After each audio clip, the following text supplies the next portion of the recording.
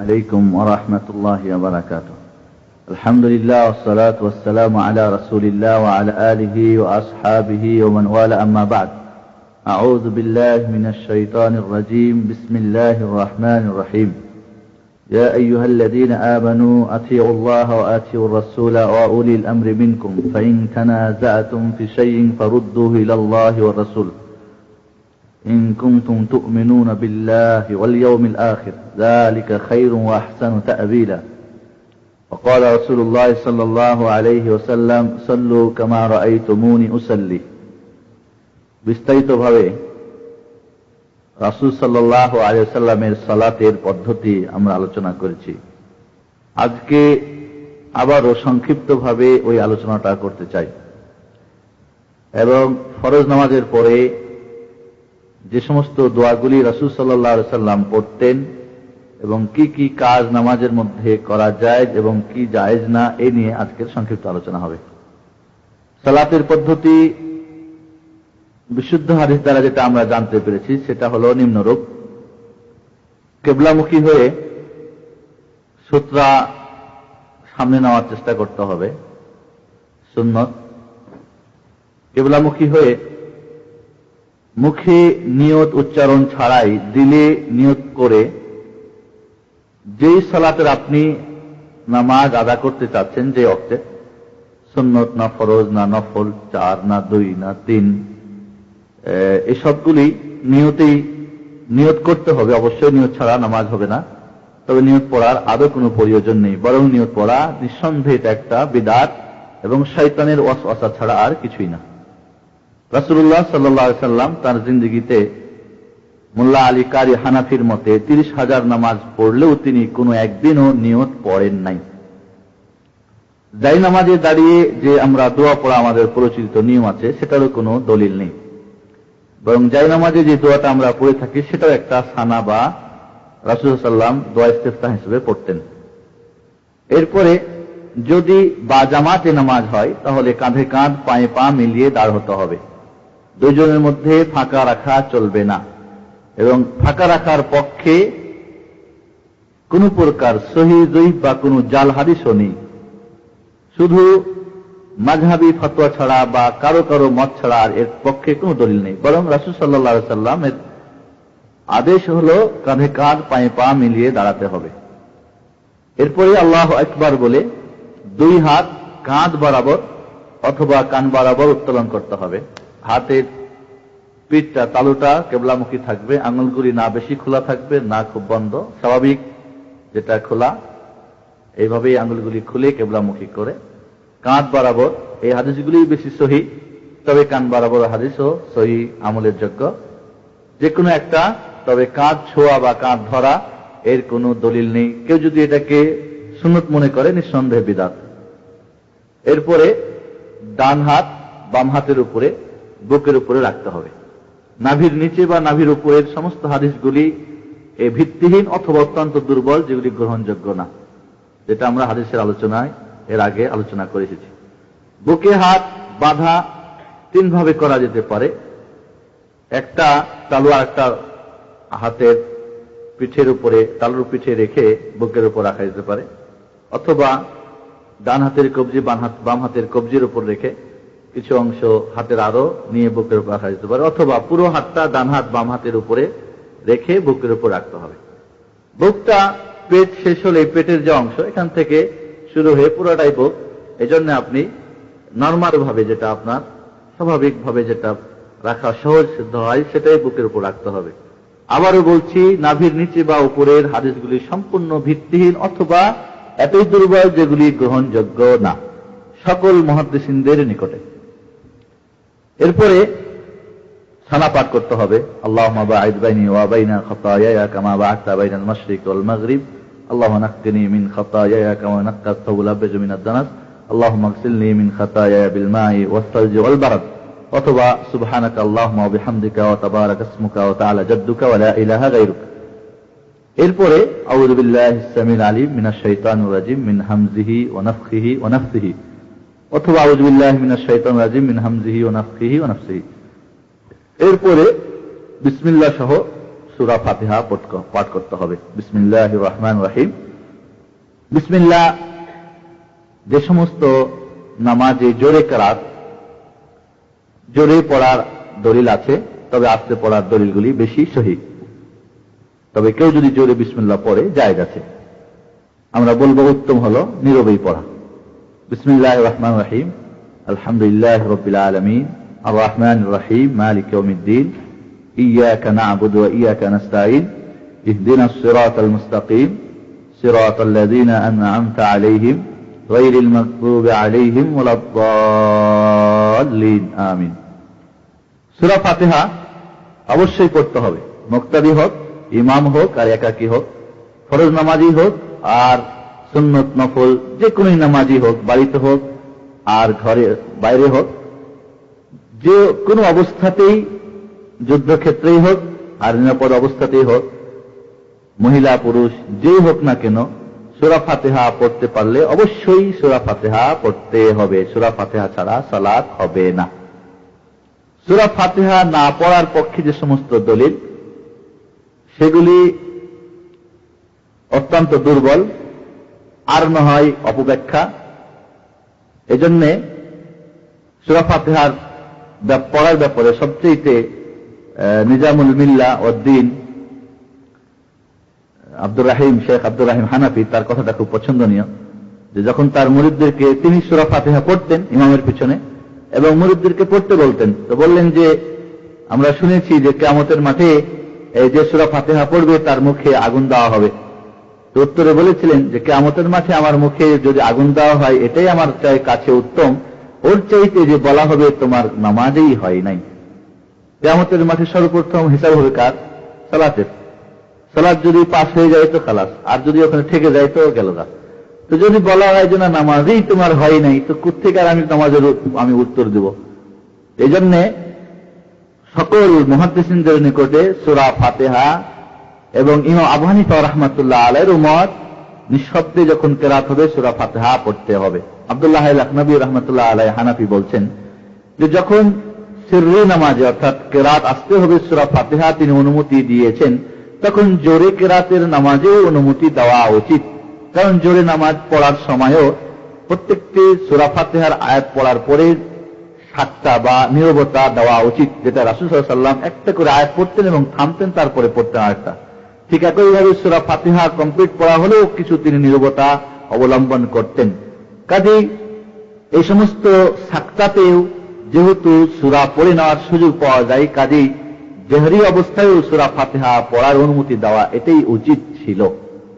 যাই হোক, সূরা ফাতিহা পড়তে হবে এর পক্ষে যত শক্তিশালী এবং সবল হাদিস রয়েছে, পড়তে হবে না বা এর যে ব্যাখ্যাগুলি করা হয়েছে সেগুলি তার মুখাপেক্ষিতে অত্যন্ত ক্ষীণ এবং দুর্বল। এই জন্য আমাদের সূরা ফাতিহা অবশ্যই পড়তে হবে, না হলে নামাজ হবে না।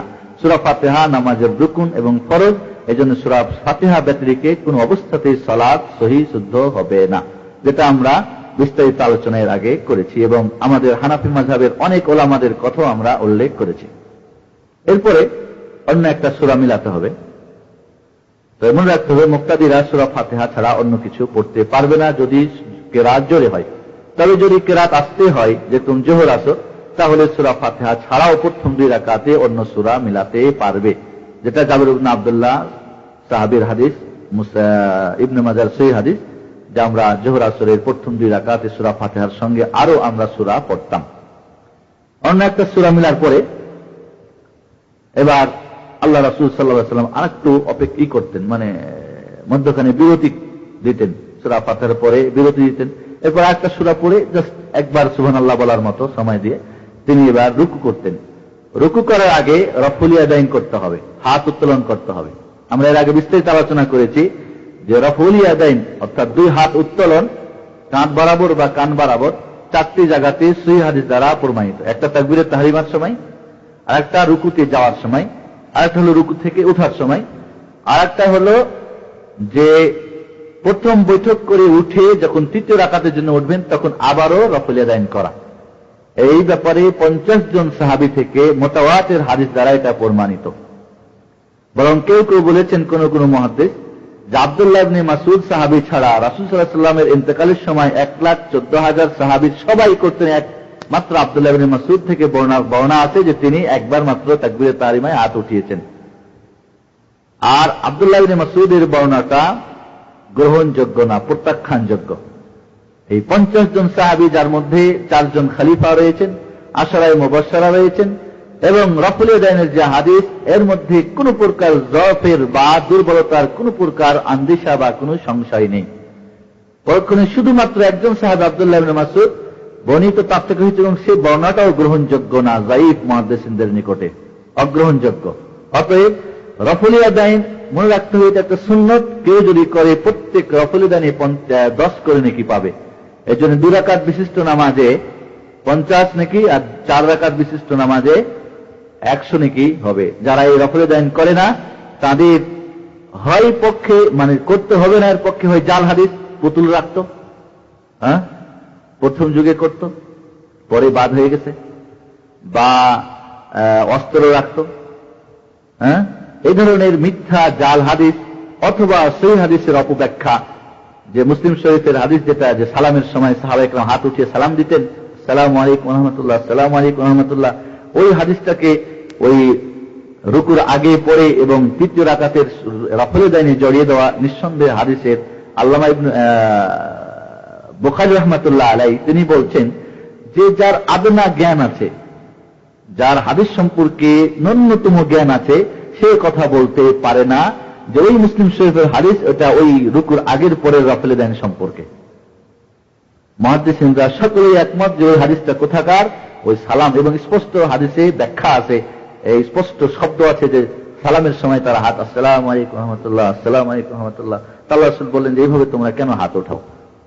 এই জন্য রফুল ইয়াদাইন করতে হবে না এর পক্ষে যে সমস্ত হাদিস, হয় এর কোনো ভিত্তি নেই, জাল, অথবা যঈফ জিদ্দান, অথবা সহিহ হাদিসের অপব্যাখ্যা বা অন্য স্থানে ব্যবহার ছাড়া অন্য কিছু নেই। এই জন্য রফুল ইয়াদাইন এটা সুন্নত, কেউ যদি করে নেকি পাবে প্রত্যেকটা রফুল ইয়াদাইনে, যেটা আকবা বিন আমির সাহাবী এবং আব্দুল্লাহ বিন ওমর সাহাবী থেকে বর্ণিত আছে যে প্রত্যেকটা রফুল ইয়াদাইনে 10 করে নেকি পাওয়া যাবে, সুন্নত। এরপরে তাহলে আমরা আছি যে রফুল ইয়াদাইন করে রুকুতে যেতে হবে।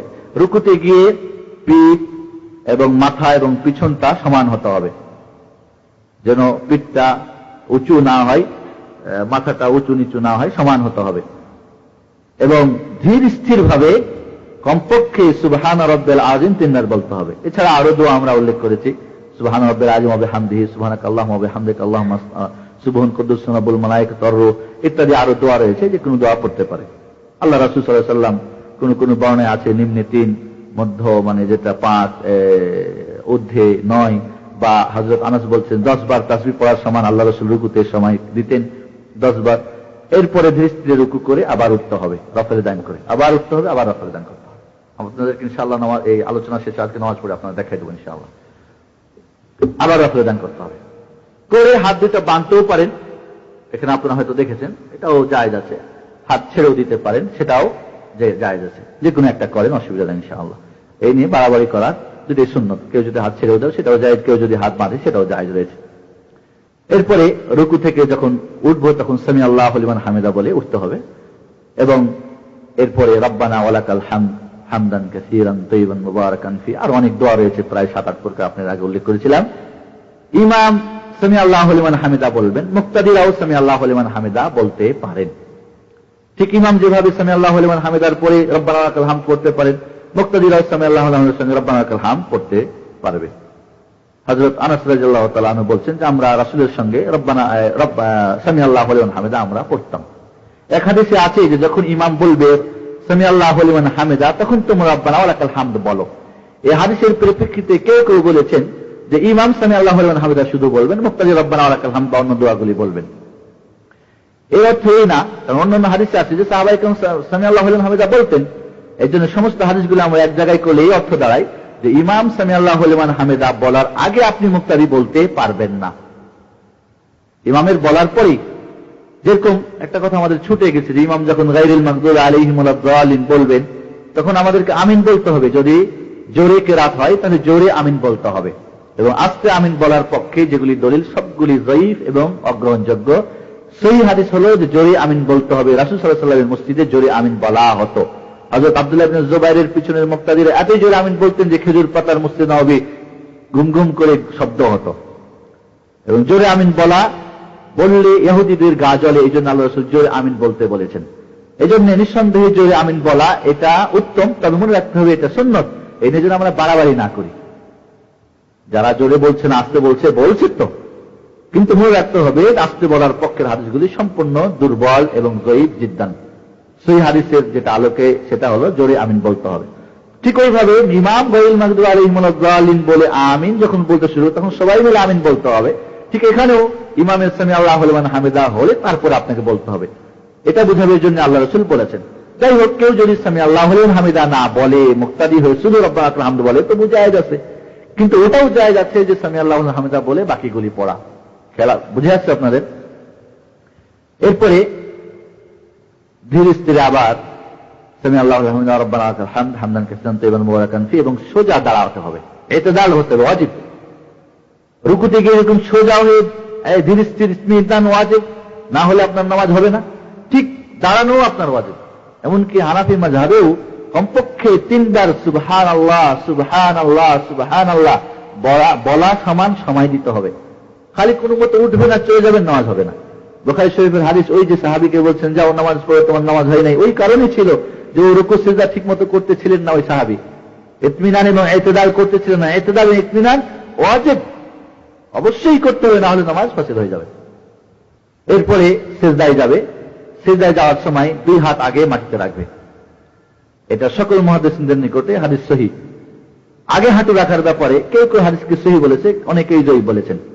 এজন্য কেউ যদি আগে হাঁটু রেখে পরে হাত রাখে যায় গেছে, তবে সবচেয়ে উত্তম হলো সহিহ যেটা, যার মধ্যে কোনো কালাম নেই, সেটা হলো আগে হাত রেখে হাতের উপরে ভর দিয়ে মাটিতে যাবে। এরপরে হাঁটু রেখে এরপরে মাথা এবং কপাল 7টা অঙ্গের উপরে সিজদা করবে। 2 হাত, 2 হাঁটু, 2 পা এবং নাক এবং কপাল 2টা মিলে একটা। এবং সিজদাতে গিয়ে পিঠটা সোজা হতে হবে, মধ্যখানে যেন 2 হাত পাঁজর থেকে দূরে থাকে এবং উরুর সঙ্গে যেন বুকটা না লেগে যায়। আল্লাহ রাসূল সাল্লাল্লাহু আলাইহি ওয়াসাল্লাম এতটুকুই করতেন। এবং হাতগুলি কিবলামুখী থাকবে। রুকুর সময় মনে রাখতে হবে হাতের আঙ্গুলগুলি খোলা থাকবে, কিন্তু সিজদার সময় হাতের আঙ্গুলগুলি কিবলামুখী বন্ধ থাকবে। এবার সিজদায় হাত 2টা কাঁধ বরাবর এবং কান বরাবর 2টা রাখতে পারেন। হাত কান বরাবর রাখার হাদিসগুলি বেশি সহিহ, তবে কান বরাবরও হাত রাখতে পারবে। এবার পিঠটা আল্লাহ রাসূল বলছেন এক হাদিসে যে রুকু এবং সিজদাতে পিঠ সোজা করে না তার নামাজই হয় না। বুঝতে পারলেন? এটাকে ইতমিনান বলে। এই জন্য একেবারে লেগে থাকবে তা না, বরং একেবারে আবার সামনে চলে যাবেন খুব কষ্ট করে তাও না, স্বাভাবিক যেটা আর কি, আপনার যতটুক বডি লম্বাটুক আপনাকে জায়গা দিয়ে কি করতে হবে, করতে হবে। পিঠটা সোজা করে আপনাকে 7টা অঙ্গের উপরে ভারসাম্য রেখে সিজদা করতে হবে। এবং সিজদায় সুবহান রাব্বিয়াল আলা, এছাড়া সুবহান রাব্বিয়াল আলা ওয়া বিহামদিহি, সুবহানাকা আল্লাহুম্মা ওয়া বিহামদিকা আল্লাহুম্মা ইগফিরলি, সুবহান কুদ্দুস রাব্বুল মালায়েকা ইত্যাদি আরো যে দোয়া আছে, এই দোয়া পড়বেন। ঠিকমতো রুকু করার পরে উঠতে হবে এবং 2 সিজদার মধ্যে সুন্দর হয়ে সোজা হয়ে বসতে হবে। সমস্ত হাড্ডিগুলি আপন আপন জায়গায় যেন ফিরে যায় এবং দোয়া করতে হবে রব্বিক ফিরলি রব্বিক ফিরলি রব্বিক ফিরলি, অথবা আল্লাহুম্মা ইগফিরলি ওয়ারহামনি ওয়াহদিনি ওয়াআফিনি ওয়াজবুরনি ওয়ারযুকনি। বা এই দোয়াটাতে কিছু শব্দ কিছু বর্ণনায় কম বেশ আছে, যেরকম ওয়াজবুরনি ওয়ারফানি কোনো বর্ণনায় আছে, এই দোয়াটা পড়তে হবে। এই দোয়াটা পড়া ফুকাহাদের নিকটে বলছেন এটা ওয়াজিব 2 সিজদার মধ্যে যেটা। এবং এখানেও আপনাকে ইতিদাল করতে হবে। সোজা হয়ে বসার পরে আবারও আপনাকে 2 হাত কাঁধ বরাবর বা কান বরাবর রেখে আঙ্গুলগুলি বন্ধ, এবং সেক্ষেত্রে আরেকটা কথা মনে রাখতে হবে, পিছনে যে পা 2টা দোড়ালি মিলানো থাকবে, পা ফাঁকা রাখা যাবে না। সেটা যখন করবেন পিছনের পা যে পা মিলে থাকবে, 2টা মিলে থাকবে, ফাঁকা রাখা যাবে না 2 পা। আবারও সিজদা করে এই সিজদার দোয়া পড়ে আবার আপনাকে আল্লাহু আকবার বলে বসতে হবে। বসে, এটাকে জালসা ইস্তিরাহা বলে, কমপ্লিটলি বসে তারপর আপনাকে হাতের উপর ভর দিয়ে উঠতে হবে। এটাই হলো রাসূল সাল্লাল্লাহু আলাইহি ওয়াসাল্লামের সঠিক সালাত। আল্লাহ রাসূল সাল্লাল্লাহু আলাইহি ওয়াসাল্লাম হাতে কমপ্লিটলি দ্বিতীয় সিজদার পরে বসতেন। ফুকাহারা বলেছেন যে একটা সুবহানাল্লাহ বলার সমান আর কি। এটা বসে আপনি এখানে বসে রেস্ট নেবেন তা না, জাস্ট বসে সোজা হয়ে আবারও হাতের উপর ভর দিয়ে আপনাকে উঠতে হবে। তবে কারো যদি কষ্ট থাকে হাতের উপর ভর দিয়ে উঠতে, সেটা আলাদা কথা, ওজোর সেটা আলাদা। উঠার পরে আবারও দ্বিতীয় রাকাতে আপনি হাত বুকে বেঁধে এবার সানা পড়ার দরকার নেই, আউযুবিল্লাহ পড়ার দরকার নেই, বিসমিল্লাহ সহ সূরা ফাতিহা এবং অন্য সূরা পড়বে। এভাবেই পড়বে। ঠিক 2 রাকাত যখন বিশিষ্ট সালাত হবে, তো 2 রাকাত পড়ে যখন বসবে, বসার নিয়ম হলো বাম পাটা পেরে দিয়ে তার উপরে বাম নিতম্ব বা পাছাটা রেখে ডান পাটা খাড়ো করে কেবলামুখী আঙ্গুলগুলো রেখে আত্তাহিয়াত পড়বে, দুরূদ পড়বে, দোয়া মাসুরা বা ওই 4টা জাহান্নামের আযাব থেকে, তারপরে ফিতনাতুল মাসিহ দাজ্জাল, কবরের আযাব থেকে, এই ফিতনাতুদ দুনিয়া, মাহিয়াল মামাত যে দোয়াটা আছে পড়ে, বা এছাড়া তাশাহুদে আরো দোয়া পড়া যায়, যে কোনো দোয়া আরো পড়তে পারেন। যেভাবে আমরা একটা কথা ভুলে গেছি যে সেজদা অবস্থায় এই যে দোয়াগুলো আমরা বললাম, এছাড়াও আল্লাহ রাসূল থেকে যে সমস্ত দোয়া এসেছে এগুলো তো আপনি পড়তে পারেন। কোন অসুখের দোয়া থাকলে, কোন ঋণ মুক্তর দোয়া, বা যে সমস্ত দোয়া আপনি জানেন আপনার প্রয়োজন, ওই দোয়াগুলি সেজদা অবস্থায়, ফরজ নামাজ হোক, সুন্নত হোক, নফল হোক, যে কোনো নামাজে এছাড়াও অন্য দোয়া পড়া জায়েজ আছে। আল্লাহ রাসূল বলছেন সবচাইতে বান্দা সেজদা অবস্থায় বা আল্লাহর সান্নিধ্য বা সন্নিকট হয়ে যায়, কাজে তোমরা বেশি বেশি করে দোয়া করো, বেশি বেশি করে দোয়াতে তোমরা কোশিশ করো। এই জন্য তাশাহুদেও কিন্তু অতিরিক্ত দোয়া আপনি পড়তে পারেন। রব্বানা আতিনা ফিদ দুনিয়া হাসানাহ ওয়া ফিল আখিরাতি হাসানাহ ওয়া কিনা আযাবান্নার, বা আল্লাহুম্মা ইগফির লিমা কাদ্দামতু ওয়া আখখারতু ওয়া আসরারতু ওয়া আ'লানতু ওয়া আসরাফতু ওয়া আনতা আ'লামু মিন্নি ওয়া আনতাল মুকাদ্দিম ওয়া আনতাল মুআখির ওয়া আনতা আলা কুল্লি শাইইন কাদির।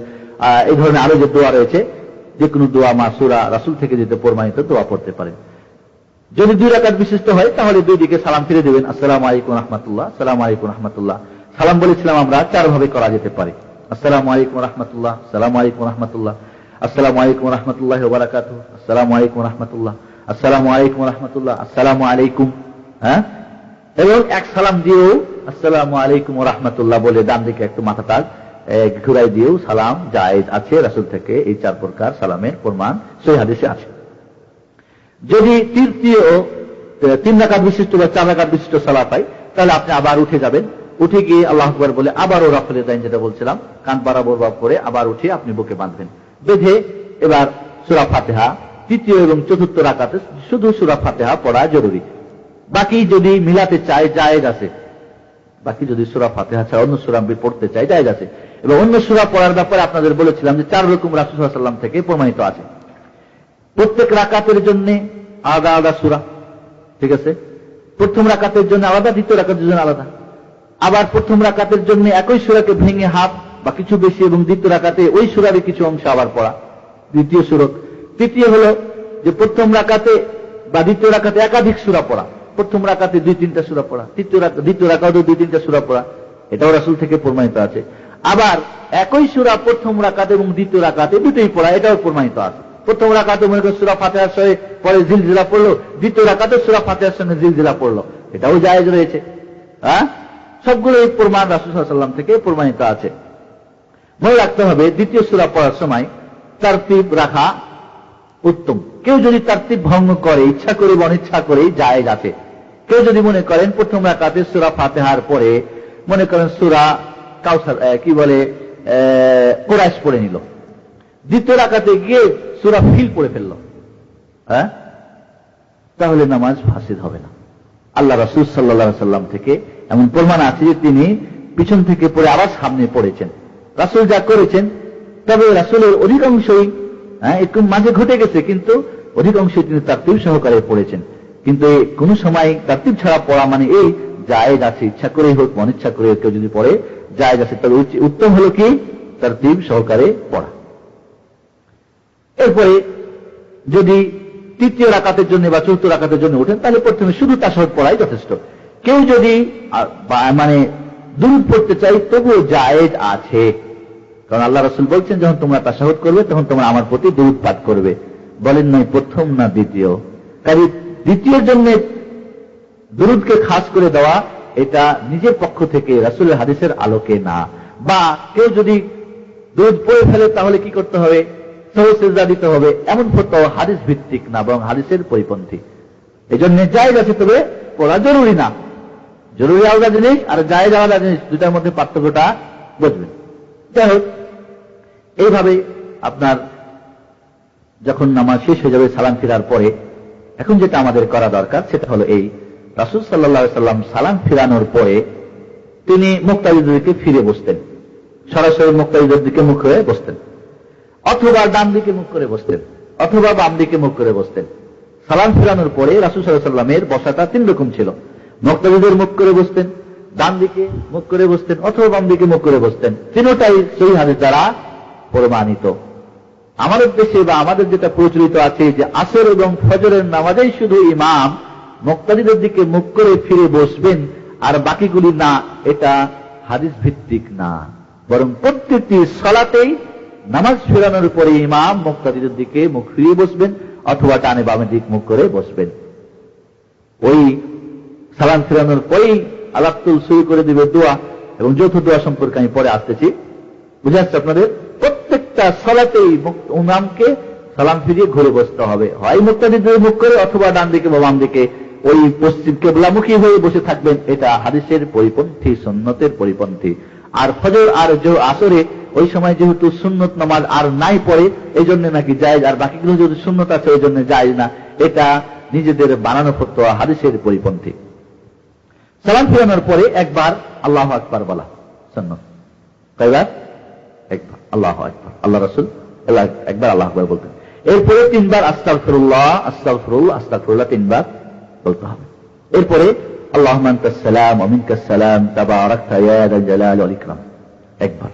এরপরে লা ইলাহা ইল্লাল্লাহু ওয়াহদাহু লা শারীকা লাহু লাহুল মুলকু ওয়া লাহুল হামদ ওয়া হুয়া আলা কুল্লি শাইইন কাদির আল্লাহুম্মা লা মানি'a লিমা আ'তাইতা ওয়া লা মু'তিয়া লিমা মানা'ত ওয়া লা ইয়ানফা'ু যাল জাদ্দি মিনকাল জাদ্দ। ঠিক আছে? একবার করে আল্লাহুম্মা আইন্নি আলা যিকরিকা ওয়া শুকরিকা ওয়া হুসনি ইবাদাতিক। তারপরে আল্লাহুম্মা ইন্নী আউযু বিকা মিনাল জুবনি ওয়া আউযু বিকা মিনাল বুখলি ওয়া আউযু বিকা মিন আরযালিল উমুর আন আরুদ্দা ইলা আরযালিল উমুর ওয়া আউযু বিকা মিন ফিতনাতিদ দুনিয়া ওয়া আযাবিল কবর।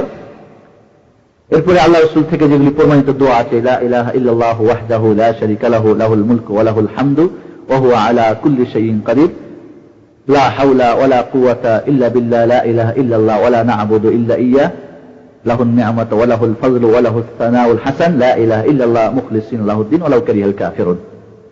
এরপরে সুবহানাল্লাহ আলহামদুলিল্লাহ আল্লাহু আকবার 33 বার করে। এটা দুই রকম পড়তে পারেন, সুবহানাল্লাহ সুবহানাল্লাহ 33 বার, আলহামদুলিল্লাহ আলহামদুলিল্লাহ 33 বার, আল্লাহু আকবার আল্লাহু আকবার 33 বার, অথবা একই সঙ্গে। এবং এটাই আমি মনে করি উত্তম হওয়া উচিত। সুবহানাল্লাহ সুবহানাল্লাহ বলতে গিয়ে একই কথা বারবার বলতে গেলে জিহ্বাতে আড়তা আছে, কিন্তু যদি একই সঙ্গে বলেন সুবহানাল্লাহ আলহামদুলিল্লাহ আল্লাহু আকবার, সুবহানাল্লাহ আলহামদুলিল্লাহ আল্লাহু আকবার, সুবহানাল্লাহ আলহামদুলিল্লাহ আল্লাহু আকবার। হযরত আবু হুরায়রা রাদিয়াল্লাহু তাআলা আনহু এইভাবে তাসবিহ গুনতেন। এইভাবে 33 বার এই সুবহানাল্লাহ আলহামদুলিল্লাহ আল্লাহু আকবার গুনার পরে 100 বার পূর্ণ করার জন্য লা ইলাহা ইল্লাল্লাহু ওয়াহদাহু লা শারীকা লাহু লাহুল মুলকু ওয়া লাহুল হামদু ওয়া হুয়া আলা কুল্লি শাইইন কাদির। আল্লাহ রাসূল সাল্লাল্লাহু আলাইহি ওয়াসাল্লাম বলেন, যে ব্যক্তি এই 33 বার করে সুবহানাল্লাহ আলহামদুলিল্লাহ আকবার এবং পরে এই দোয়াটা পড়বে, সমুদ্রের ফেনা সমান যদি পাপ থাকে আল্লাহ রাব্বুল আলামিন ক্ষমা করে দিবেন। এরপরে বিসমিল্লাহির রহমানির রহিম কুল হুয়াল্লাহু আহাদ আল্লাহুস সামাদ লাম ইয়ালিদ ওয়া লাম ইউলাদ ওয়া লাম ইয়াকুল লাহু কুফুয়ান আহাদ। বিসমিল্লাহির রহমানির রহিম কুল আউযু বিরাব্বিল ফালাক মিন শাররি মা খালাক ওয়া মিন শাররি গাসিকিন ইযা ওয়াকাব ওয়া মিন শাররিন নাফাসাতি ফিল উকাদ ওয়া মিন শাররি হাসিদিন ইযা হাসাদ। বিসমিল্লাহির রহমানির রহিম কুল আউযু বিরাব্বিন নাস মালিকিন নাস ইলাহিন নাস মিন শাররিল ওয়াসওয়াসিল খান্নাস আল্লাযী ইউওয়াসওয়িসু ফি সুদুরিন নাস মিনাল জিন্নাতি ওয়ান নাস। সূরা ইখলাস, নাস, ফালাক ফজর এবং মাগরিবে 3 বার করে। কয়বার করে? আর বাকি যেটা সালাত রয়েছে কি জোহর, আসর, ইশা একবার করে এই সূরা ইখলাস, নাস, ফালাক পড়বেন। এরপরে ফজর এবং মাগরিবের নামাজে লা ইলাহা ইল্লাল্লাহু ওয়াহদাহু লা শারীকা লাহু লাহুল মুলকু ওয়া লাহুল হামদু ইউহয়ী ওয়া ইউমীতু ওয়া হুয়া আলা কুল্লি শাইইন কাদির 10 বার করে। ফজর এবং মাগরিবে এই দোয়াটা কয়বার করে? এটার আগে বলতে হবে ইখলাস, নাস, ফালাকের পরে আয়াতুল কুরসি একবার। আয়াতুল কুরসি কয়বার? একবার। আল্লাহু লা ইলাহা ইল্লা হুয়াল হাইয়ুল কাইয়্যুম লা তা'খুযুহু সিনাতুন ওয়া লা নাওম লাহু মা ফিস সামাওয়াতি ওয়া মা ফিল আরদ মান যাল্লাযী ইয়াশফা'ু 'ইনদাহু ইল্লা বিইذনিহি ইয়া'লামু মা বাইনা আইদিহিম ওয়া মা খালফাহুম ওয়া লা ইউহীতুনা বিশাইইন মিন ইলমিহি ইল্লা বিমা শাআ ওয়াসি'a কুরসিয়্যুহু আস-সামাওয়াতি ওয়াল আরদ ওয়া লা ইয়াউদুহু হিফযুহুমা ওয়া হুয়াল আলিয়্যুল আযীম। আয়াতুল কুরসি একবার। ঠিক আছে? ফজর এবং মাগরিবে লা ইলাহা ইল্লাল্লাহু ওয়াহদাহু লা শারীকা লাহু লাহুল মুলকু ওয়া লাহুল হামদু ইউহয়ী ওয়া ইউমীতু ওয়া হুয়া আলা কুল্লি শাইইন কাদির। এটা ফজর এবং মাগরিবে কয়বার করে? 10 বার করে। এরপরে ফজর এবং মাগরিবে দুরূদ শরীফ 3 বার করে। আল্লাহুম্মা সাল্লি আলা মুহাম্মাদ ওয়া আলা আলি মুহাম্মাদ কামা সাল্লাইতা আলা ইব্রাহিম ওয়া আলা আলি ইব্রাহিম ইন্নাকা হামিদুম মাজিদ। আল্লাহুম্মা বারিক আলা মুহাম্মাদ ওয়া আলা আলি মুহাম্মাদ কামা বারাকতা আলা ইব্রাহিম ওয়া আলা আলি ইব্রাহিম ইন্নাকা হামিদুম মাজিদ। দুরূদ শরীফ 3 বার করে। আল্লাহুম্মা সাল্লি আলা মুহাম্মাদ ওয়া আলা আলি মুহাম্মাদ কামা সাল্লাইতা আলা ইব্রাহিম ওয়া আলা আলি ইব্রাহিম ইন্নাকা হামিদুম মাজিদ। আল্লাহুম্মা বারিক আলা মুহাম্মাদ ওয়া আলা আলি মুহাম্মাদ কামা বারাকতা আলা ইব্রাহিম ওয়া আলা আলি ইব্রাহিম ইন্নাকা হামিদুম মাজিদ। এই দুরূদ ইব্রাহিমী ফজর এবং মাগরিবে কয়বার করে? 3 বার করে, আর বাকি জোহর, আসর এবং এশাতে 1 বার করে। রাসূলুল্লাহ সাল্লাল্লাহু আলাইহি ওয়াসাল্লামের এই ছিল ফরজ নামাজের পরে আজকার, জিকির আজকার বা দোয়া।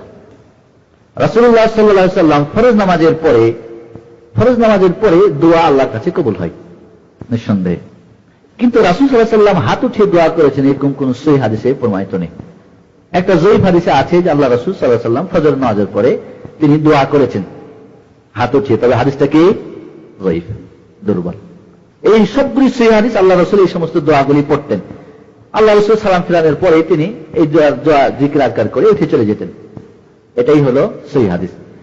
যৌথভাবে দোয়া করার কোন সহিহ বা জয়ীফ বা কোন জাল হাদিসও নেই যে আল্লাহ রাসূল কোন একবার তার জিন্দেগিতে সাহাবাদেরকে নিয়ে তিনি দোয়া করেছেন।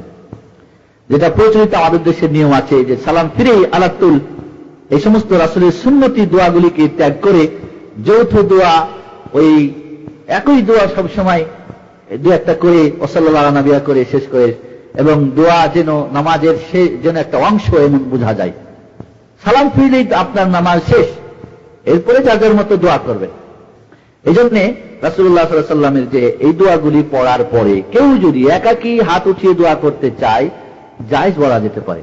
কিন্তু রাসূল সাল্লাল্লাহু আলাইহি ওয়াসাল্লাম বা সাহাবায়ে কেরামের হাত উঠিয়ে দোয়া করতে এর কোনো দলিল নেই। যৌথ এটা দোয়া করা নিঃসন্দেহে বিদআত, এটা রাসূল থেকে বা সাহাবায়ে কেরাম বা তাবি বা ইমামদের থেকে এর কোনো প্রমাণ নেই। বরং একাকী দোয়া করা এটাই হলো নিয়ম। এই দোয়াগুলি আল্লাহ রাসূল হাত উঠিয়ে করেছেন এর কোনো দলিল নেই। অতএব হাত উঠা ছাড়াই করতে হবে, এটাই সুন্নত। এছাড়াও যদি কেউ দোয়া করতে চায়, হাত উঠিয়ে দোয়া করা এটা দোয়ার একটা আদব। কিবলামুখী হওয়া, হাত উঠিয়ে করা, এবং মনে রাখতে হবে দোয়ার আদব হলো কি? নিঃশব্দে, চিল্লিয়ে চাচিয়ে না। চিল্লিয়ে চাচিয়ে দোয়া করা দোয়ার আদবের খেলাফ। এজন্য আল্লাহ বলছেন উদউ রাব্বাকুম তাদাররুআন ওয়া খুফিয়া, তোমাদের প্রভুকে ভয়ভীতি এবং ধীর স্থির এবং কি নিঃশব্দে তোমাদের প্রভুকে তুমি ডাকো। এজন্য কেউ যদি দোয়া করতে চায় একাকী হাত উঠিয়ে যদি এরপরে করতে চায়, জায়েজ আছে। তবে যৌথভাবে দোয়ার কোন দলিল নেই। যৌথভাবে দোয়া ইস্তিসকার সালাতে এবং কুনুতের সালাতে, কুনুতে নাজিলাই আল্লাহ রাসূল করেছেন এর প্রমাণ আছে। তাছাড়া অন্য কোন দোয়াতে করেছেন বলে এর কোনো প্রমাণ নেই। এজন্য আমরা একাকী দোয়া করব। এইভাবে আমরা রাসূল সাল্লাল্লাহু আলাইহি ওয়াসাল্লামের দোয়া আমরা পেয়ে থাকি। এরপরে যেটা আছে যে সালাতের মধ্যে কোন কোন কাজগুলি করা ঠিক আর কোনগুলি ঠিক না। মনে রাখতে হবে সালাত যখন আপনি শুরু করলেন আল্লাহু আকবার বলে তাকবীরে তাহরিমা, মানে বাইরের সমস্ত কাজ হারাম। খাওয়া যাবে না, পান করা যাবে না, কথা বলা যাবে না, ঠিক কিনা? হাই যদি ওঠে না, তাহলে সাধ্যপর চেষ্টা করতে হবে বন্ধ করা, না হলে হাত দিয়ে তাকে চেপে দিতে হবে, কারণ ওই সময় শয়তান হাসে। ঠিক নামাজের বাইরেও ঠিক ওইভাবে মুখকে হাত দিয়ে ঢেকে দেওয়া সুন্নত।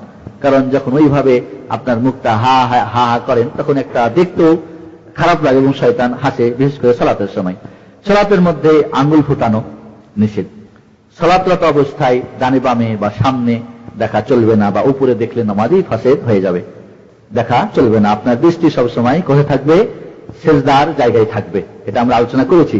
এবং ফুকাহারা যেটা বলেছেন যে দাঁড়ানো অবস্থায় সেজদার জায়গায়, আর রুকুর অবস্থায় 2 পায়ের মধ্যে বা বুড়ো আঙ্গুলে, আর বসার সময় কোলে এবং সেজদার সময় আপনার নাকে, এটার এই বিস্তারিত এই ধরনের কোন আলোচনা সুন্নতে পাওয়া যায় না। বরং রাসূল সাল্লাল্লাহু আলাইহি ওয়াসাল্লাম সেজদার জায়গায় দেখতে বলেছেন এবং তিনি সেজদার জায়গায়তেই দেখতেন। এটাই হলো সুন্নত সর্ব অবস্থায়। হ্যাঁ, যখন আপনি তাশাহুদ করবেন বা বৈঠকে থাকবেন তখন আপনার আঙ্গুলটা, একটা কথা আমরা ছুটে গেছে আমাদের, যে ডান হাতের বাম হাতটা নরমাল বাম উরু বা হাঁটুর উপরে থাকবে, এবং ডান হাতের কনিষ্ঠা এবং তর্জনী, কি বলে ওটাকে, অনামিকা বন্ধ থাকবে, এবং মধ্যমা এবং বৃদ্ধা আঙুলে দিয়ে হালকা এইভাবে গোল করা থাকবে, এবং শাহাদাত বা তর্জনী আঙুলটা থাকবে খোলা থাকবে, দাঁড়ানো থাকবে, এবং এটাকে সব সময় নড়াতে পারেন বা কোনো এক সময় নড়াতে পারেন। তবে আশহাদু লা ইলাহা ইল্লাল্লাহ, লা ইলাহা ইল্লাল্লাহ এই সময় যে আঙুল উঠাতে হবে, বসাতে হবে, ফুকাহারা বলেছেন বা এক এক মাযহাবে এক এক রকম বলেছেন, কিন্তু এর কোনো সহিহ দলিল নেই। কোন এক সময় উঠান বা সব সময় নড়ান জায়েজ আছে। এটা শয়তানের কাছে ও বল্লমের লোহার বল্লমের চাইতে বড় কঠিন, আল্লাহ রাসূল থেকে হাদিসে আছে। এই জন্য ওই সময় যখন আপনি বৈঠকে থাকবেন তখন আপনার দৃষ্টি থাকবে কোথায়? সেজদার জায়গায়, কিন্তু সেটাকে নিক্ষেপ করবেন কোথায়? আঙ্গুলের উপরে। দৃষ্টি ওখানে কিন্তু নিক্ষেপ করা বুঝেন তো, মানে এইভাবে এদিকে নিক্ষেপ করা। হ্যাঁ, এই জন্য ওই সময় ওই আঙুলের দিকে দৃষ্টি রাখা বা নিক্ষেপ করা সুন্নত সম্মত। তারপরে সালাতের মধ্যে যে সমস্ত কাজগুলি বেশি নড়াচড়া করা যায় না, সালাতের জন্য যদি নড়তে চড়তে হয় তো জায়েজ আছে। যেরকম মনে করেন মধ্যখানে ফাঁক আছে, আপনি নড়ে গিয়ে ফাঁক বন্ধ করলেন, জায়েজ আছে। বা হয়তো কেউ একজন চলে গেল, আপনি বামে ডানে হতে পারেন, বা নামাজ আপনার পা আপনি লাইন থেকে পিছনে আছেন, সামনে আগার যান নামাজরত অবস্থায়, জায়েজ আছে। সালাতের জন্য এই সমস্ত নড়াচড়া জায়েজ রয়েছে। খামাখা আপনি চুলকায় থাকবেন, কোন জায়গায় চুলকায় তো আপনি ঠিক এইভাবে যদি আপনার সেজদার জায়গায় যদি কঙ্কর থাকে, সেজদার যদি কষ্ট লাগতেছে তো একবার সেটাকে সরাই দিতে পারেন। যদি গরম জায়গা থাকে তাহলে কাপড় রাখা বা কিছু রেখে তার উপর সেজদা করা যায়, তবে বালিশ বা অন্য কিছুর উপরে উঁচু জায়গার উপর সেজদা করা চলবে না।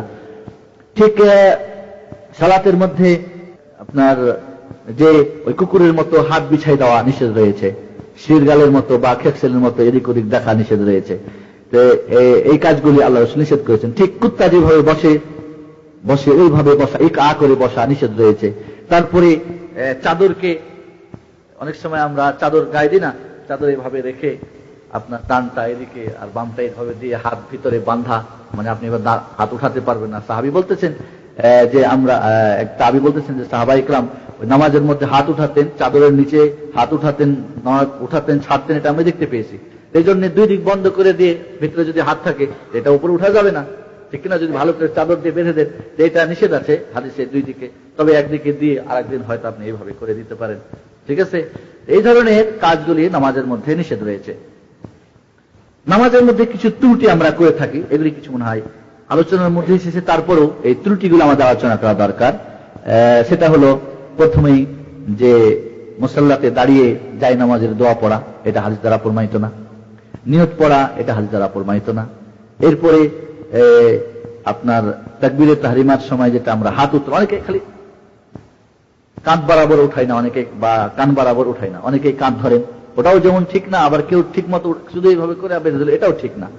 এই জন্য আমাদের খেয়াল রাখতে হবে যে যেন হাতটা যতটুকু উঠা সুন্নত সম্মত সেটুকু যেন আমাদের হয়। অনেকে এটা আমরা করি না। অনেকেই নিয়ত পড়তে গিয়ে ইমামের এক রাকাত শেষ হয়ে যাচ্ছে, খবর নাই। কালকে আজকে ফজরের নামাজ সময় দেখলাম যে ফজরের নামাজ শুরু হয়ে গেছে, এক ভাই এসে ফজরের নামাজের সুন্নত পড়তেছে।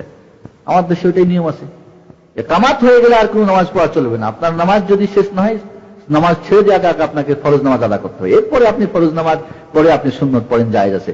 হয় সূর্য ওঠার পরে পড়েন অথবা তারপরে পড়েন, দুই রকমই জায়েজ আছে, কোনো অসুবিধা নেই।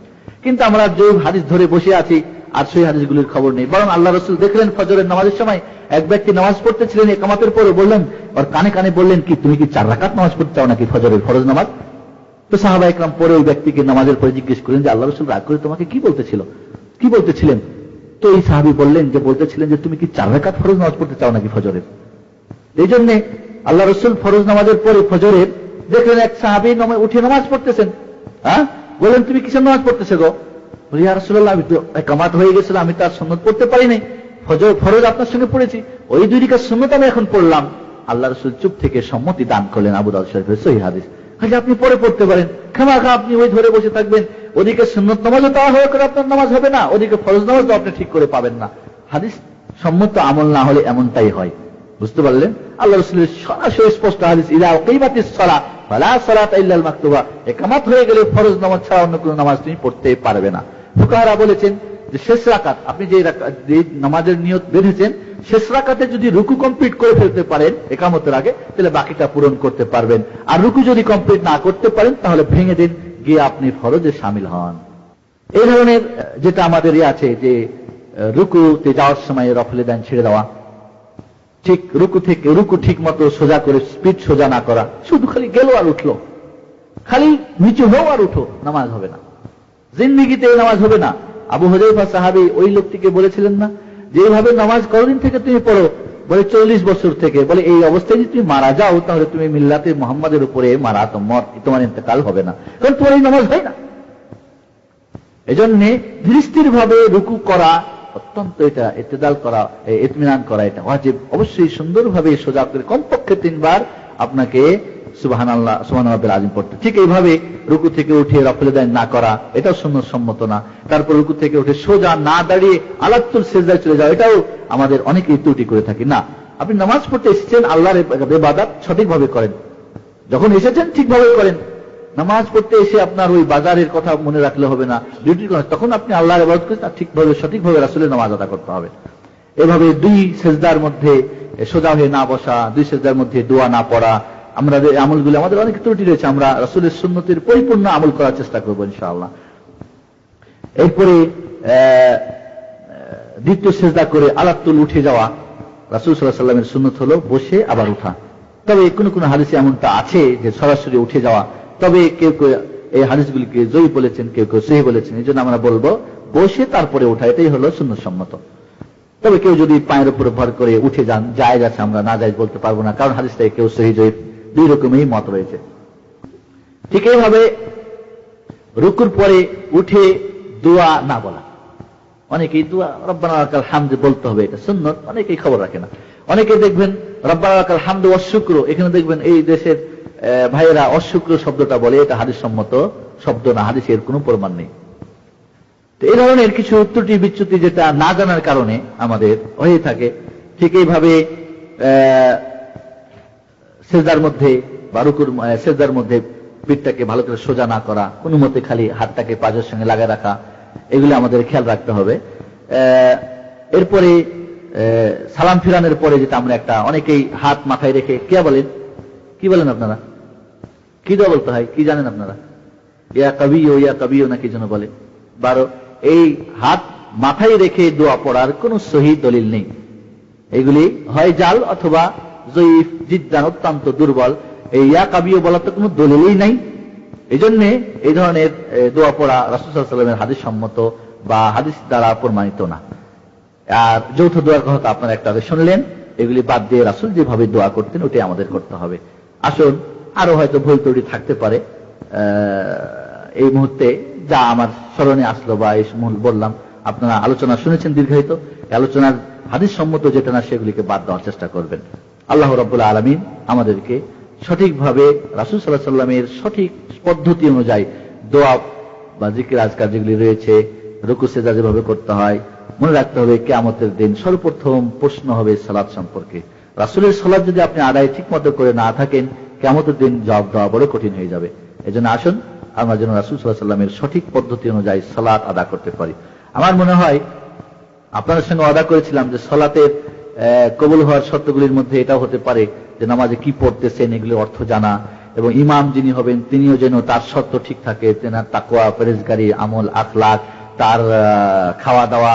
অনেক সময় ইমাম কিন্তু হয়তো তিনি তার রুজি রুটি হালাল পথে আসছে না, হয়তো কিছু গরমিল থাকতে পারে, তাহলে নামাজের অসুবিধা হতে পারে আল্লাহর কাছে কবুল হওয়াটা। তো যদিও এটা গুরুত্ব ছিল, আপনারা বই অনেক রয়েছে, সেগুলির অর্থ সূরা ফাতিহা বা অন্য প্রত্যেকটা দোয়ার অর্থ দেওয়া আছে, পড়ে নেবেন। আমার মনে হয় অত্যন্ত জরুরি একটা বিষয় আমাদের জানা দরকার, সেটা হলো মৃত্যুর আগে ও পরে আহকামুল জানায়, যেটা জানাজার যেগুলি, একজন মানুষ অসুখ হওয়া থেকে নিয়ে অসুখের মরার আগে এবং মরার পরে, এবং জানাজার নামাজ এবং তার গোসল, তার কাফন, এবং তাকে কবরে কিভাবে দেওয়া, এবং তার মৃত্যুর পরে কোন কোন কাজ করলে তার কবরে পৌঁছে, কবর কেন্দ্রিক কোন কোন কাজগুলি জায়েজ, কোনগুলি না হারাম, এবং এই মৃত্যুকে কেন্দ্র করে চালিসা, চেহলাম, মেহলাম অনেক কিছুই রয়েছে। মানে এইটাকে কেন্দ্র করে বহু শতাধিক বিদআতের এখানে আখড়া জমেছে, কারণ এটা স্পর্শকাতর বিষয়, যে যেটা কইছে সেটাই আমরা করি। এজন্য আমার মনে হয় সামনে মাসে ধারাবাহিক যদি আমরা চারটা আলোচনা করতে পারি, এই বিষয়টা মনে আমাদের জানা উচিত, কারণ সকলের জীবনে এটা আসবে, হয় নিজের অথবা মা বা বাবা বা না। সুন্নাহ ভিত্তিক কোনটা জায়েজ আর কোনটা জায়েজ না, কোনটা বৈধ আর কোনটা অবৈধ, কোনটা সুন্নত আর কোনটা বিদআত, কোন কোন কাজগুলি শিরক এবং কোন কোন কাজগুলি বিদআত, জিয়ারত কোন ভাবে করা উচিত এবং কোন জিয়ারতগুলি শিরকি জিয়ারত এবং বিদআতি জিয়ারত। আমার মনে হয়, আমার কেন যেন গত মাসে আমাদের আলোচনা ছিল গত বৃহস্পতিবারে এইটা কেন্দ্র করে, কিন্তু বিষয়টা অনেক বড় হওয়ার কারণে পূর্ণ করতে পারি নাই। আপনারা যদি চান তাহলে আমার মনে হয় চারটা যদি আলোচনা করা যায়, আর শাবান মাসে আপনাদের দায়ী চলে আসবে, তখন তার আমি আপনাদের কাছে হয়তো আসতে পারবো না, মাঝে মধ্যে যে দাওয়াত করেন সেটা আলাদা কথা। তো একটা মাস সুযোগ আছে এই মৃত্যুকে কেন্দ্র করে এই স্পর্শকাতর বিষয়টাকে, অনেক বিদআতের এখানে আখড়া জমে আছে। আমরা আমার ইনশাআল্লাহ আশা করি সামনে মাসের চারটা আলোচনা এই বিষয়টা আমরা, এবং পরবর্তী আমরা একটা হয়তো বম আকারে অ্যালবাম আহকামুল জানায়, যেরকম সালাতের 8টা নানা, এটা এখন ক্যাসেট হচ্ছে, এটা আমাদের একটা অ্যালবাম তৈরি হতে পারে। আমাদের অফিস কিন্তু প্রস্তুত অ্যালবাম বানাবের জন্য। আমাকে এর আগে বলছে, আমি দিলেই অ্যালবাম তৈরি হয়ে যাবে ইনশাআল্লাহ। তো আশা করি ইনশাআল্লাহ সামনের আলোচনাগুলি জানাজা বা মৃত্যুর আগে ও পরে আমরা হেডিং দিয়ে হয়তো এর আলোচনা করবো ইনশাআল্লাহ, আল্লাহ যদি বাঁচিয়ে রাখে, সুস্থ রাখে। আল্লাহ আমাদের সর্ব কাজে কোরআন এবং সহিহ হাদিস সুন্নাহ ভিত্তিক আমল করার তৌফিক দান করে, আমিন। আকুলু কাউলি হাযা আস্তাগফিরুল্লাহ লাকুম ওয়া লিসাইরিল মুসলিমিন আস্তাগফিরুল্লাহ সাল্লাল্লাহু নবিয়ানা মুহাম্মদ ওয়া আলা আলিহি ওয়া সাহবিহি আজমাইন। বেতরের সালাত সম্পর্কে অনেক আপনারা প্রশ্ন করেছেন, উত্তর হয়েছে। সংক্ষিপ্ত হলো এই, বেতরের সালাত 1 রাকাত পড়া যায়, 3 রাকাত পড়া যায়, 5 রাকাত পড়া যায়, 7 রাকাত পড়া যায়, 9 রাকাত পড়া যায়, 11 রাকাত পড়া যায়। 1 রাকাত যখন পড়বেন তখন নিয়ত বেঁধে আপনি নিয়ত করে আল্লাহু আকবার বলে তাকবীরে তাহরিমা পড়ে বলে আপনি যেভাবে নামাজের পদ্ধতি শিখলেন ওইভাবে আপনি সূরা ফাতিহা অন্য একটা সূরা পড়বেন। এরপরে মনে রাখবেন, কুনুতের বিষয়টা নিয়ে কিন্তু আমাদের বড় গন্ডগোল আছে। এজন্য মনে রাখেন, কুনুত পড়তেও পারেন, ছাড়তেও পারেন। কুনুত পড়া সুন্নত, ওয়াজিবের পক্ষে কোনো দলিল নেই। আমাদের হানাফি মাযহাবের মুহাক্কিক আল্লামা ইবনুল হুমাম ফাথুল কাদির হিদায়াত শরীফের যে ব্যাখ্যাকার, ভাষ্যকার, তিনি লিখছেন যে আমাদের হানাফি মাযহাবে থেকে ওয়াজিব করা হয়েছে, অন্য কোনো মাযহাবে তো ওয়াজিবই না। বেতরের নামাজ সুন্নতে মুআক্কাদা, এটাই সঠিক মত। যারা ওয়াজিব বলেছেন এদের দলিল অত শক্তিশালী না। তবে যদি ওয়াজিবই কেউ ধরে কোনো মাযহাব মানতে গিয়ে, কিন্তু কুনুত পড়া ওয়াজিবের পক্ষে কোনো দলিল নেই। এই জন্য কুনুত না পড়তে বলে সূরা ইখলাস পড়বে, এই যে পদ্ধতি বানানো, এগুলি নিজেদের বানানো, হাদিস সম্মত এগুলি পদ্ধতি না। এই জন্য কুনুত মনে রাখেন, কুনুত পড়বেন ছাড়বেন দুটোই সুন্নত। আল্লাহ রাসূল সাল্লাল্লাহু আলাইহি ওয়াসাল্লাম থেকে বেতরের নামাজ সংক্রান্ত হাদিসগুলি 7 জন সাহাবী বর্ণনা করেছেন। তার মধ্যে উবাই ইবনে কাব একজন সাহাবী মাত্র বলছেন রাসূল কুনুতে বেতরে কুনুত করেছেন। বাকি 6 জন কুনুতের কথা উল্লেখই করে নাই। এটাই প্রমাণ হয় যে কোন এক সময় রাসূল করেছিলেন। সব সময় যদি কুনুত করতেন তাহলে 7 জন সাহাবী কুনুতের কথা উল্লেখ করতেন, ঠিক কিনা? এজন্য মুহাদ্দিসিনদের নিকটে মাঝে মাঝে করো, মাঝে মাঝে ছাড়ো, এটাই হলো সুন্নাত। তবে কেউ যদি সবসময় করতে চায় জায়েজ আছে, তবে ওয়াজিব বলা কোনো অধিকার নেই। বুঝে আসছে আপনাদের? ঠিক ওইভাবে কুনুতটা রুকুর আগেও করতে পারেন, পরেও করতে পারেন, ঠিক আছে? কুনুত পড়েন ছাড়েন, কুনুত রুকুর আগে করেন, পরে করেন, কুনুতে হাত উঠান না উঠান দুইটাই জায়েজ রয়েছে, ঠিক আছে? এই 3টা কাজ দুইটাই জায়েজ, করা না করা দুইটাই জায়েজ। কুনুত করেন ছাড়েন, কুনুত পড়েন ছাড়েন, কুনুত রুকুর আগে করেন পরে করেন, কুনুতে হাত উঠান না উঠান সবগুলোই জায়েজ রয়েছে, ঠিক আছে? এরপর আপনি যেটা করলেন করেন, আগে করেন বা পরেন করেন, এরপরে রুকু করবেন, রুকু করে এরপরে 2টা সিজদা দিয়ে তাশাহুদ করে সালাম ফেরাবেন। 1 রাকাত ফিনিশ, খালাস। 1 রাকাতের পক্ষে অনেক সহিহ হাদিস আছে বুখারী মুসলিমের, যারা 1 রাকাতকে অস্বীকার করে তাদের সহিহ কোনো দলিল নেই, বরং রাসূলের এই ধরনের সুন্নতকে ত্যাগ করায় শামিল হবে। এরপরে 3 রাকাত। 3 রাকাত হাদিস সম্মত 2টা পদ্ধতি রয়েছে। 2 রাকাত পরে সালাম ফিরাই দেন, ঠিক আছে, তাশাহুদ করে, এরপরে আরেক রাকাত পড়েন, অথবা 1 2 3 আলাতুল, মধ্যখানে কোনো বৈঠক নেই, ঠিক আছে, করে আপনি সালাম ফিরান। এই দুইটাই পদ্ধতি রাসূল সাল্লাল্লাহু আলাইহি ওয়াসাল্লাম থেকে প্রমাণিত আছে। তৃতীয় যেটা পদ্ধতি আমরা করে থাকি, 2 রাকাত পড়ে বৈঠক করি, করে উঠে গিয়ে আবার 1 রাকাত পড়ে উল্টা তাকবীর দিয়ে কি করি, আবার আমরা কুনুত করে বাকিটা আমরা পূরণ করি, ঠিক কিনা? এই ধরনের পদ্ধতি রাসূল সাল্লাল্লাহু আলাইহি ওয়াসাল্লামের কোন সহিহ বা যঈফ হাদিস দ্বারা প্রমাণিত নেই। বুঝতে পারলেন? ওটাই তো বললাম যে 3য় রাকাত পূরণ করে আপনি তাকবীর দিয়ে তারপরে কুনুত পড়েন, বললাম তো ভাই। এই ধরনের পদ্ধতির কোন সহিহ বা যঈফ কোন দলিল নেই। কেউ যদি দিতে পারেন তো জাযাকাল্লাহ খাইর, কেউ যদি দিতে পারেন এর দলিল। কোন সাহাবীদের কথা বলা হয়েছে যে আব্দুল্লাহ কি বলে আনাস, হযরত আলী এই ধরনের পড়তেন, তো পড়তেন শুধু, এই বর্ণনা আছে, বর্ণিত আছে, কিন্তু রাসূলের হাদিসের পুরোপুরি যদি সাহাবীর কোন আমল বলবো আমরা এটা এর হাদিস সহিহ হাদিস না। দ্বিতীয়ত বলবো যে যদি সহিহ হয় তাহলে সাহাবী হয়তো ওই ধরনের পড়তে হবে, এই হাদিস পান নাই, কারণ সাহাবীরা সকলেই সব হাদিস জানতেন না। আর পেয়েও যদি করে থাকেন তো সাহাবীর আমল যদি রাসূলের আমলের উল্টা হয়, কোনটা করবেন? রাসূলেরটা আপনি করতে হবে। এমন কোন আমল যদি থাকে যে রাসূলের স্পষ্ট কোন আমলের পদ্ধতি নেই, সাহাবী করেছেন, তখন সেটা তারপরও সহিহ যদি হয় গ্রহণ করা যেতে পারে। কিন্তু কোন সাহাবীর কোন আমল বা কোন ফতোয়া বা কোন কথা যদি রাসূলের উল্টা হয়, উল্টা হয়েছে না জানার কারণে, হাদিস না পৌঁছার কারণে, যেমন ইমামদের হয়েছে, ইমাম হাদিস পান নাই, ফতোয়া দিয়েছেন, পরবর্তীতে অন্য ইমাম হাদিস পেয়েছেন, কাজে ওই ইমামের ফতোয়া হাদিস পরিপন্থী হয়েছে, পরবর্তী ইমামের হাদিস সম্মত হয়েছে, কাজে আমরা পরেরটা গ্রহণ করব। এই জন্য মনে রাখতে হবে আমাদেরকে, সব ইমামরা একমত, সব মাযহাবে একমত, সহিহ হাদিস যখন পাওয়া যাবে তখন হাদিস সম্মত যেটা না বা যঈফ সেটা বাদ করতে হবে, ত্যাগ করতে হবে। তাহলে এই দুই পদ্ধতি, 2 রাকাত পড়ে সালাম ফিরে দিয়ে আরেক রাকাত পড়েন, অথবা 3 রাকাত আলা তুল, মধ্যখানে কোনো বসা চলবে না। রাসূলুল্লাহ সাল্লাল্লাহু আলাইহি ওয়াসাল্লাম মাগরিবের মতো করে বেতর পড়তে নিষেধ করেছেন, বরং আমরা যেটা পড়ি এইভাবে আল্লাহ রাসূল পড়তে নিষেধ করেছেন সরাসরি। এরপরে 5 রাকাত আপনি আলা তুল, 1 2 3 4 5, আর পঞ্চম রাকাতে গিয়ে যেটা কুনুতের ব্যাপার, রুকুর আগে পরে ছাড়েন করেন, সেটা তো আপনারা জানতে পারলেন, ঠিক আছে? এইভাবে আপনি পড়তে পারেন। অথবা 2 রাকাত করে, কেউ কেউ বলেছেন 2 রাকাত করে 4 রাকাত পরে আরেক রাকাত, এটাও 5 রাকাত পড়তে পারেন। 7 রাকাত বেতর যখন পড়বেন 2 রকম পড়তে পারেন। একটা হলো কি আলাতুল 7, 1 2 3 4 5 6 7। শুনতে আশ্চর্য লাগতেছে, তা না, বরং রাসূল করেছেন, হাদিসে সহিহ হাদিসে রয়েছে। আলাতুল 7 রাকাত পড়েন, অথবা 6 রাকাত পড়ে বৈঠক করেন, করে উঠে যান, উঠে 7ম রাকাত করে আবার তাশাহুদ করে আপনি সালাম ফিরান, ঠিক আছে? 9 রাকাত যখন পড়বেন ঠিক দুই ভাবে পড়তে পারেন। আলাতুল 9 রাকাত পড়ে সালাম ফিরেন, সবসময় কিন্তু কুনুত শেষ রাকাতে, ওটা আপনি বুঝে নেন ব্যাপারটা, ওখানে সেট করে ফেলেন। অথবা 8 রাকাত পড়ে তাশাহুদ করেন, প্রথম বৈঠক করেন, করে আবার 9ম রাকাত পড়ে বৈঠক করে আপনি সালাম ফিরাই দেন, খালাস। ঠিক 11 রাকাত যখন পড়বেন, এটাও 2 রকম পড়া যেতে পারে। আলাতুল 11 রাকাত, অথবা 2 রাকাত করে পড়েন, 2 রাকাত করে পড়তে থাকেন, পড়ে শেষে 1 রাকাত পড়েন। এই সবগুলি রাসূল সাল্লাল্লাহু আলাইহি সাল্লাম থেকে প্রমাণিত আছে, বুঝতে পারলেন? এই জন্য বেতর 3 রাকাত, এর কমও না বেশি না, এটাও ঠিক না। এবং বেতরের যে পদ্ধতি 3 রাকাত আমরা ধরে নিয়েছি, সেই পদ্ধতির মধ্যেও আমাদের কালাম রয়ে গেছে। এজন্য এই পদ্ধতিটা মাকরুহ, আল্লাহ রাসূল এইভাবে পড়তে নিষেধ করেছে, যেটা আমরা প্রচলিত নিয়মে পড়ে থাকি। বুঝে আসছে? জি। আর কারো প্রশ্ন আছে? আর কারো প্রশ্ন নেই? আল্লাহ রাসূল সাল্লাল্লাহু আলাইহি সাল্লাম, এটা সুন্নাত, আপনি মনে রাখতে হবে। যদি কেউ আউযু বিল্লাহি মিনাশ শাইতানির রাজিম মিন হামজিহি ওয়া নাফখিহি ওয়া নাফসিহি, 3টা শব্দ রে ভাই, এখনই মুখস্থ করেন না, মিন হামজিহি ওয়া নাফখিহি ওয়া নাফসিহি, বাস।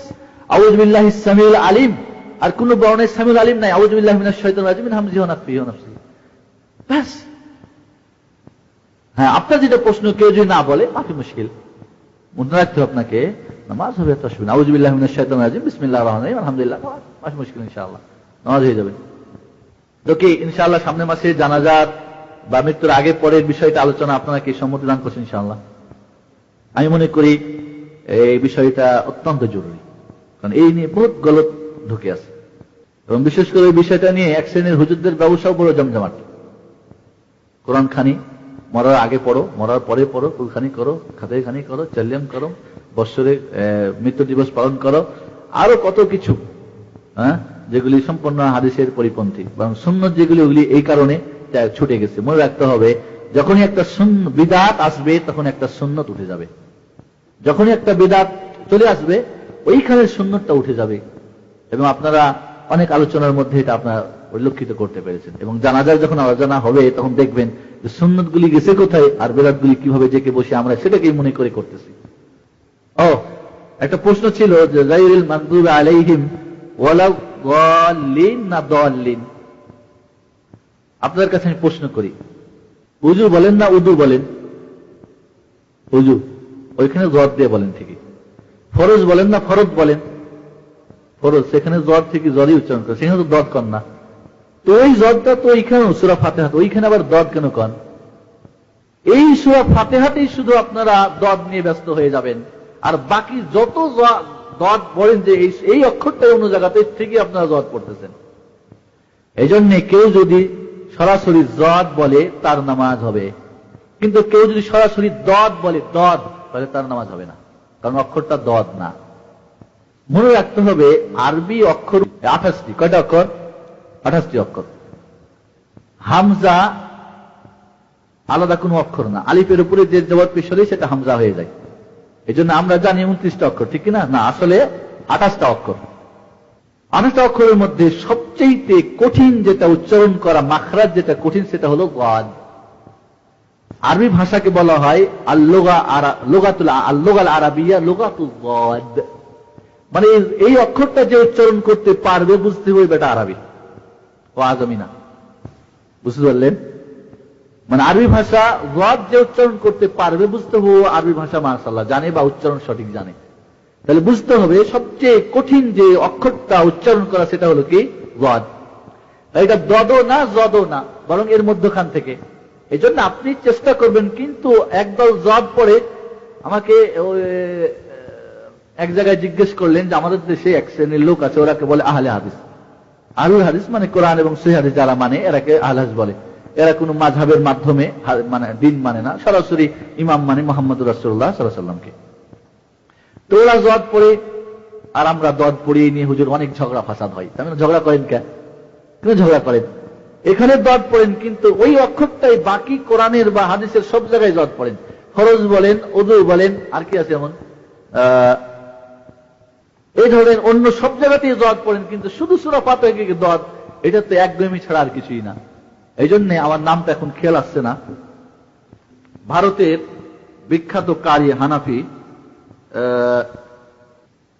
উনি বলছেন যে কেউ যদি সরাসরি দদ পড়ে তাহলে তার নামাজেই হবে না।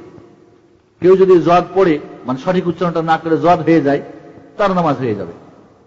এই জন্য এই বিষয়টা নিয়ে আমরা বাড়াবাড়ি না করি, চেষ্টা করবেন গায়রিল মাগদুবি আলাইহিম ওয়ালাদ-দাল্লিন হতে পারে আমার উচ্চারণটাও, কারণ আপনাকে বলছি যে জদের উচ্চারণ বড় কঠিন।